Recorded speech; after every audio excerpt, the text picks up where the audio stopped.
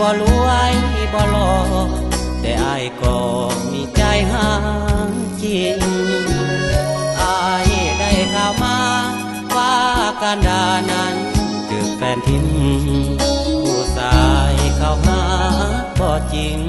ขอยอดยิงลืมเขาเถิดนะเขามีเมียแล้ว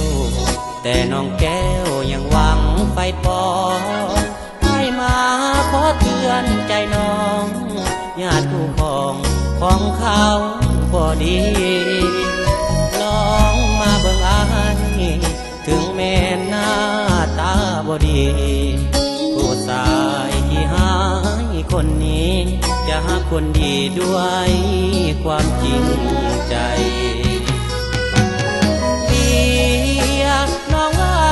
ดื่มแล้วมันคงแต่คนนิยมดื่มเบียร์เหล้าดื่มแล้วจริงใจลองเบิ่งตีลาลืมเขาซะบ่ต้องเสียใจไอ้ขอนั่งอยู่ข้างกายแทนผู้ชายคนเขามีเมียขอนั่งดื่มเบียร์แทนอาเซียได้บ่น้องลาไอ้ขอนั่งเจรจาปลอบใจกันดาบ่ต้องเสียใจ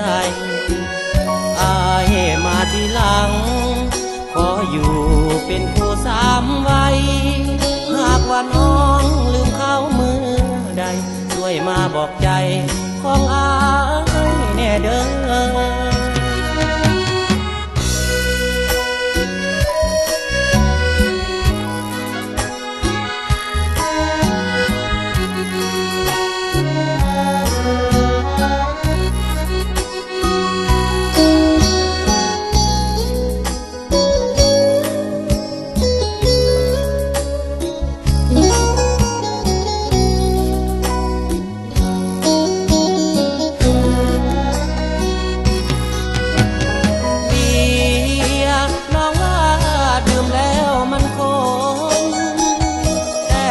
คนนิยมดื่มเบียร์เหล้าดื่มแล้วจริงใจลองเบิ่งตีลาลืมเขาซะ